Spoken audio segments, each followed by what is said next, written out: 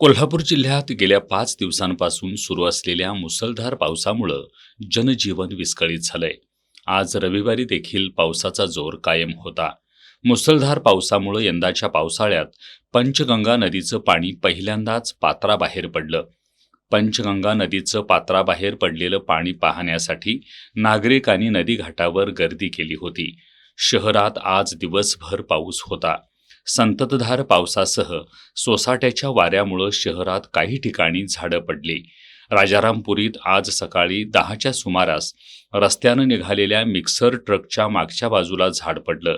कोल्हापूर जिल्ह्यात आज सकाळी 8 वाजता संपलेल्या 24 तासात 52.8 मिलीमीटर पावसाची नोंद झाली आहे.